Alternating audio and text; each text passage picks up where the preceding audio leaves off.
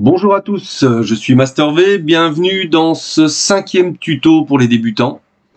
Voici la pièce que nous allons étudier aujourd'hui, une petite pièce prismatique avec comme particularité un sommet bombé ici d'un rayon de 83, une hauteur avant le sommet bombé de 63 par 62 de large avec une rainure verticale ici et un perçage traversant au centre de ma rainure.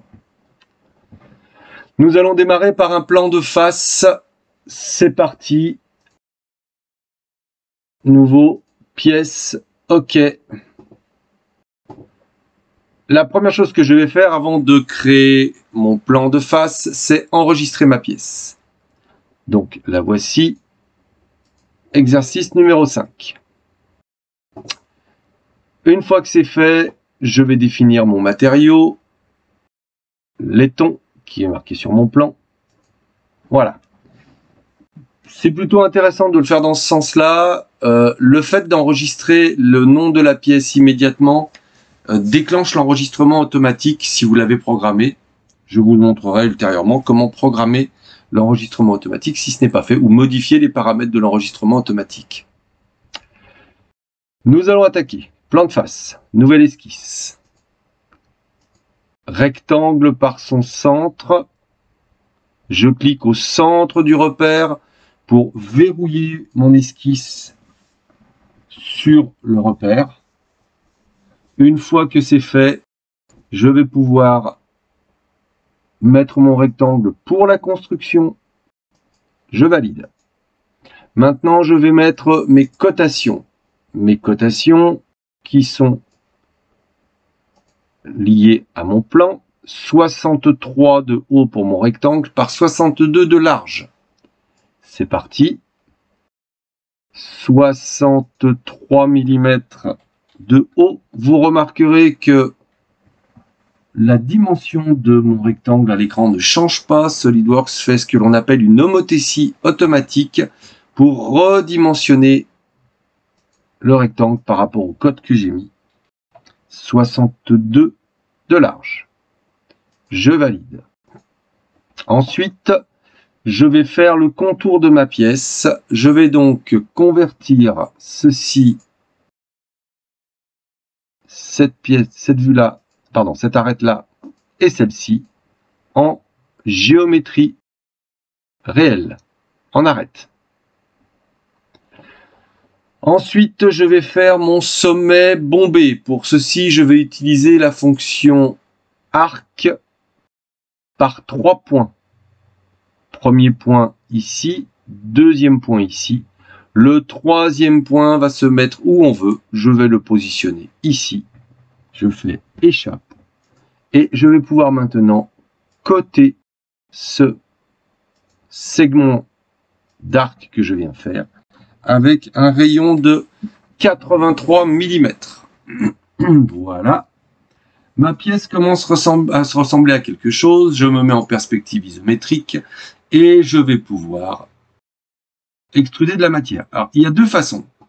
Sur certains tutos, vous verrez le dessinateur quitter l'esquisse et demander l'extrusion, ce qui active automatiquement la fonction extrusion sur la dernière esquisse qui a été créée. Faites attention, vous pouvez, à cause de ça, faire quelques erreurs par moment.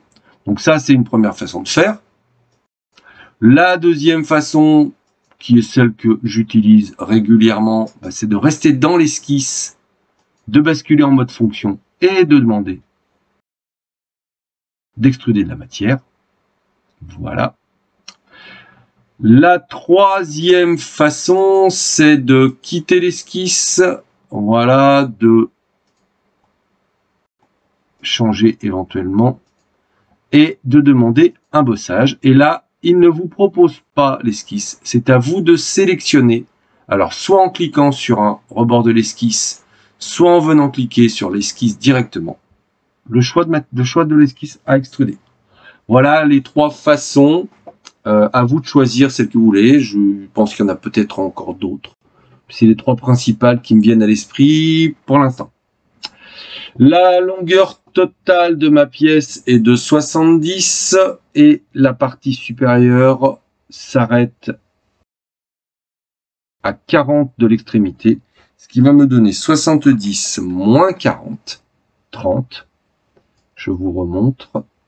70 au total, moins les 40 qui sont ici, ce qui va me donner cette distance-là à 30. Donc voilà, ça c'est fait. Une fois que j'ai fait ça, je vais pouvoir refaire une nouvelle esquisse. Je clique sur la face avant de ma pièce et je demande nouvelle esquisse. Et je vois apparaître ici mon esquisse. Je me mets perpendiculaire à cette esquisse et je vais venir faire un rectangle par un sommet. Je vais mettre le sommet ici dans l'angle et je vais venir positionner ma pièce et mettre l'autre sommet ici. Vous voyez bien que mon segment se transforme, passe en orange pointillé. Ça veut dire que j'ai aimanté mon crayon sur cette arête. Je clique. À ce moment-là, échappe. Toutes mes arêtes ici sont noires, sauf une qui est bleue, qui est celle que je n'ai pas encore cotée. Je reviens sur mon plan. La cotation de cette arête ici est à 25 du sommet de mon rectangle. Donc, je vais positionner cotation de là à là. 25 mm. Mon esquisse est totalement contrainte. Je vais pouvoir extruder de la matière. Je me mets en perspective isométrique et sur mon plan, je constate que ici j'ai 15 mm. Donc, je vais avancer de 15 mm. Je double-clique ici et je valide 15 mm. Entrée. Voilà. Je vais pouvoir maintenant refaire une nouvelle esquisse. Alors pareil, petite subtilité, certains dessinateurs cliquent d'abord sur nouvelle esquisse et ensuite sélectionnent la face sur laquelle ils vont faire l'esquisse. Je ne suis pas forcément fan de cette méthode. Je trouve qu'on peut accidentellement cliquer sur une mauvaise face sans s'en rendre compte ou avoir déjà une face sélectionnée au moment où on clique et ne pas y avoir fait attention et se retrouver sur cette face sans comprendre comment c'est arrivé. Donc personnellement, je préfère sélectionner d'abord ma face et quand je suis sûr de la face que j'ai sélectionnée, je demande une nouvelle esquisse, soit en cliquant dans l'onglet nouvelle esquisse, soit dans le menu contextuel qui apparaît ici. Ensuite, je viens me mettre perpendiculaire à cette esquisse. Plusieurs façons. La première, je sélectionne ici, je viens me mettre perpendiculaire à l'esquisse. La deuxième façon, je sélectionne ma face, je viens ici et je sélectionne perpendiculaire à l'esquisse. La troisième façon, qui est la plus rapide, vous sélectionnez ici et vous appuyez simultanément sur les touches CTRL du clavier et 8 de votre ligne numérique qui est en haut du clavier. Attention, pas le pavé numérique qui est à droite sur certains claviers, bien la ligne numérique au-dessus du clavier. Voilà, vous êtes maintenant comme il faut. On va utiliser la fonction de symétrie. Donc pour cela, je vais faire immédiatement un axe de symétrie au centre de ma pièce. Voilà. Un rectangle par un sommet, comme tout à l'heure. J'accroche mon rectangle ici. Je viens l'accrocher ici. Échappe. Je vais venir coter alors sur mon plan les 15 mm de la joue de ma rainure. Donc ici, 15 mm. Voilà. Je n'ai plus qu'à faire symétriser les entités. Je sélectionne la symétrisation des entités. Alors, une chose intéressante dans SolidWorks, c'est le sens dans lequel vous allez faire votre symétrie. En fait, regardez bien ma souris. Si je clique et que je vais à droite, alors je vais le faire sur ma pièce ici, je vais sélectionner la totalité des éléments qui étaient à l'intérieur. Je vous montre.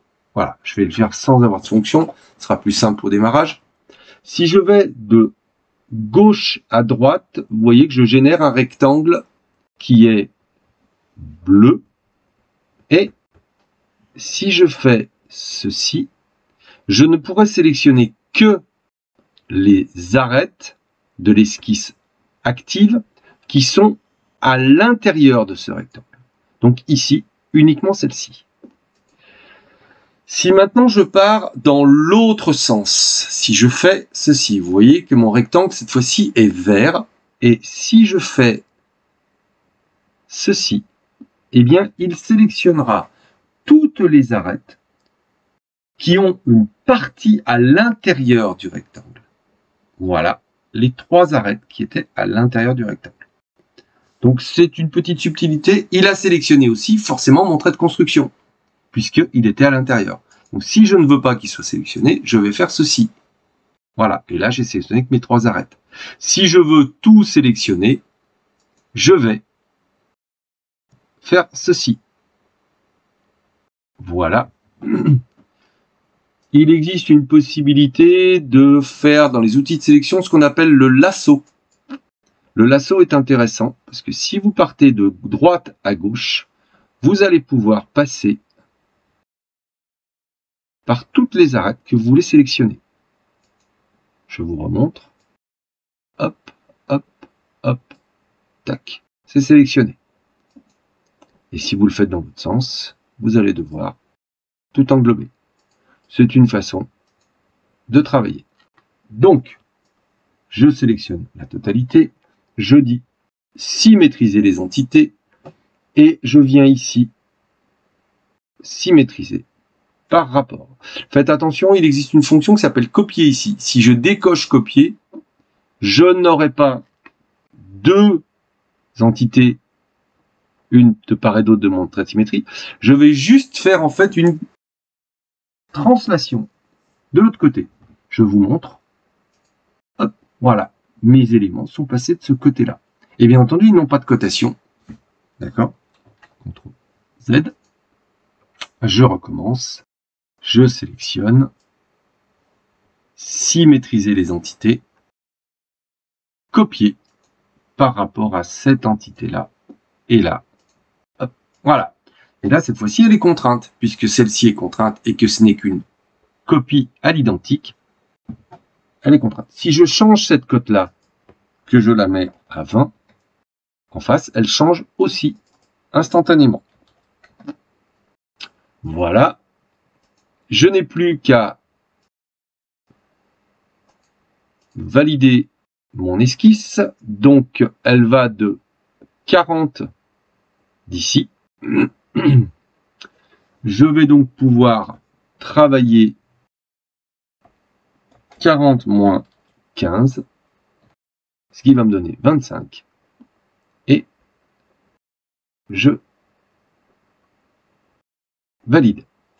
Voici ma pièce qui est quasiment terminée. Il me reste à faire le perçage sur cette face-là. Assistant pour le perçage, taille de perçage en symétrique, taille de perçage, diamètre 20, jusqu'à la prochaine surface.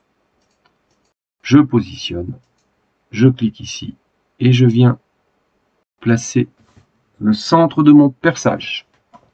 Le centre de mon perçage, j'ai fait échappe pour quitter le mode mise en position. Si vous voulez revenir pour mettre un deuxième tout, il suffit de faire revenir sur type, revenir sur position, et là, vous pouvez placer à nouveau d'autres trous ailleurs. Vous faites échappe pour quitter le mode positionnement, et vous venez coter vos éléments. Le trou est à 20 mm du bord inférieur de ma pièce, et il est ici, par rapport à ce point, à la verticale du centre de mon repère. Tout est bon, c'est validé. Voilà. Un dernier détail pour être conforme à mon plan initial, je vais vérifier un truc intéressant. D'après le plan, ma pièce fait 1482,29 grammes. Je vais donc venir dans évaluer, propriété de masse, 1482,29 grammes, ce qui me montre que je n'ai probablement pas fait d'erreur au niveau de ma pièce. Je reviens encore une dernière fois sur mon plan. Vous voyez qu'ici, la face intérieure de mon perçage est en bleu. Ce n'est juste qu'un effet de marquage. Je vais vous montrer comment on fait ceci. Il suffit de sélectionner la face et de venir ici sur le petit crayon avec la petite boule en couleur, apparence. Vous cliquez. Et là, vous avez le choix sur la flèche noire de face, le diamètre, le body, qui est le corps volumique, ou toute la pièce, exercice 5. Je vais moi sélectionner uniquement la face. Et cette face, je vais la mettre en bleu. Je valide. Et je me remets en perspective isométrique. Voilà, ma pièce est terminée. Je n'ai plus qu'à valider l'enregistrement. Et éventuellement, je pourrais l'utiliser dans un assemblage ou pour une mise en plan. On récapitule un petit peu les fonctions utilisées rapidement. Alors, première fonction, embossage extrusion sur une esquisse comme ceci. 63 par 62 avec un rayon de 83 sur le sommet. Embossage sur 30 mm. Ensuite, deuxième fonction,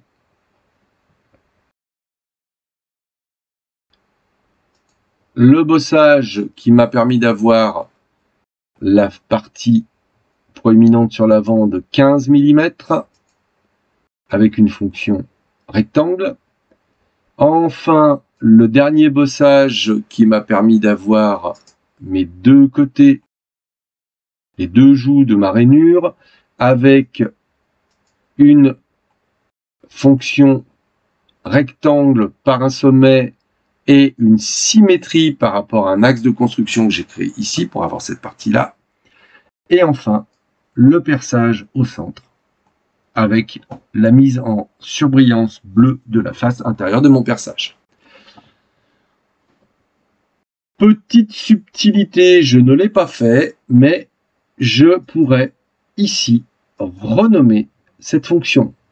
Je pourrais l'appeler perçage diamètre 20